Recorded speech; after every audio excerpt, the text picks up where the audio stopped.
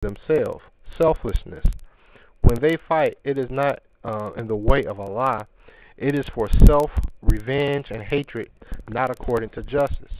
The dark side. They strap bombs to themselves and kill innocent people along with their enemies for the reward of 10 virgin women in heaven after they die. The Holy Quran teaches in the 74th chapter, in the 6th verse, and do no favor seeking gain. It also causes the people to dislike and turn away from Islam because they see so-called Muslims killing innocent people. These are the people that Warth or Wallace joined with. He got to Malcolm X by telling him about the personal affairs of the Honorable Elijah Muhammad. Malcolm's heart darkened, and he was angry because some of the allegations concerned some of his old girlfriends. Louis Farrakhan was Malcolm's understudy. He loved Malcolm. Remember the movie, the Jedi and Sith always traveled in pairs. When Farrakhan found out what Malcolm X was saying about the messenger, he became angry at Malcolm X. He later regrettably confessed that he contributed to the atmosphere that killed Malcolm X. Now, the ministers were fighting each other instead of the real enemy. But Warth even brought down the mighty Louis Farrakhan, the one Honorable Elijah Muhammad once told the people to listen to and follow. When the messenger had passed, while in a state of grief, Farrakhan was brought down. But Wallace wasn't through. All the remaining captains and lieutenants were sat down by Wallace or Warth. So allegorically, like Darth Vader, he was used by the Empire, the American government, the Orthodox Muslims, to destroy the Jedi Council or the Nation of Islam or Fruit of Islam.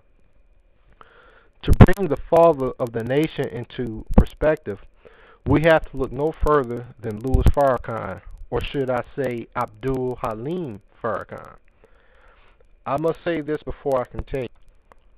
Minister Farrakhan is just an example of what happened to many, if not all, of the members of the Nation of Islam. He is not being maliciously singled out by me, but since his situation or fall is so well documented, he makes a perfect choice for this section of the DVD. Now, the Honorable Elijah Muhammad left or passed away on February 25th, 1975. Now, listen to what the Honorable Elijah Muhammad said about Louis Farrakhan 3 years earlier during his Theology of Time lecture. I want you to remember today I have one of my greatest teachers here going along with me. What do you hide behind there? Physical people. Come on, I'll see where they can see.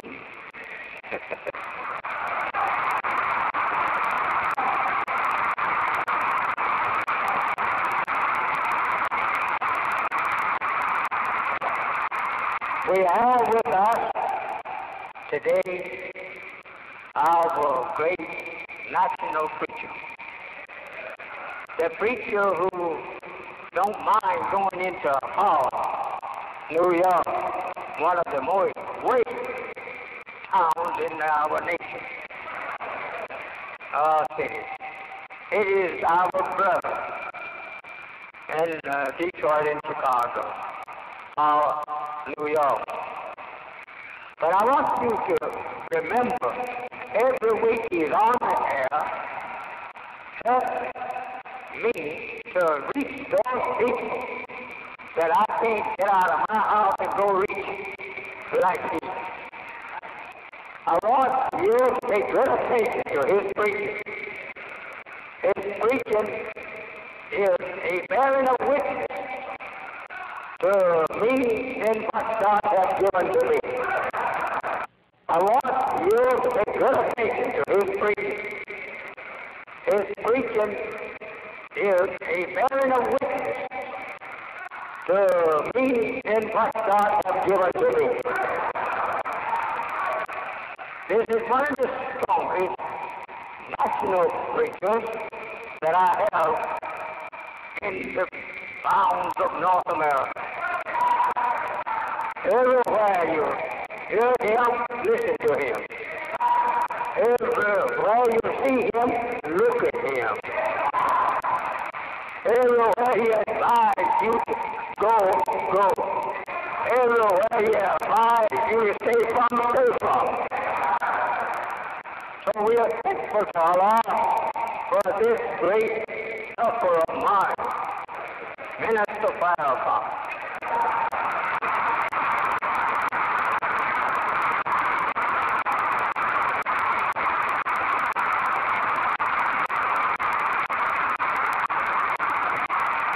He's not a proud man.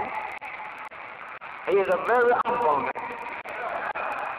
If he can carry you across the lake without dropping you in, he don't say when you get on the other side, just see what I have done.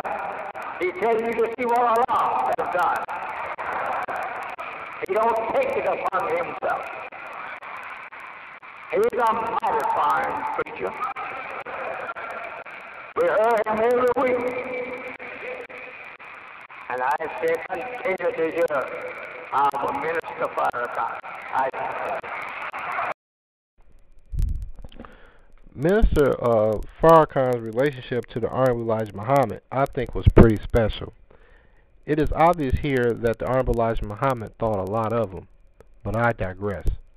A lot of the things written about Jesus of 2,000 years ago were actually talking about Elijah, but that is a whole other subject to itself.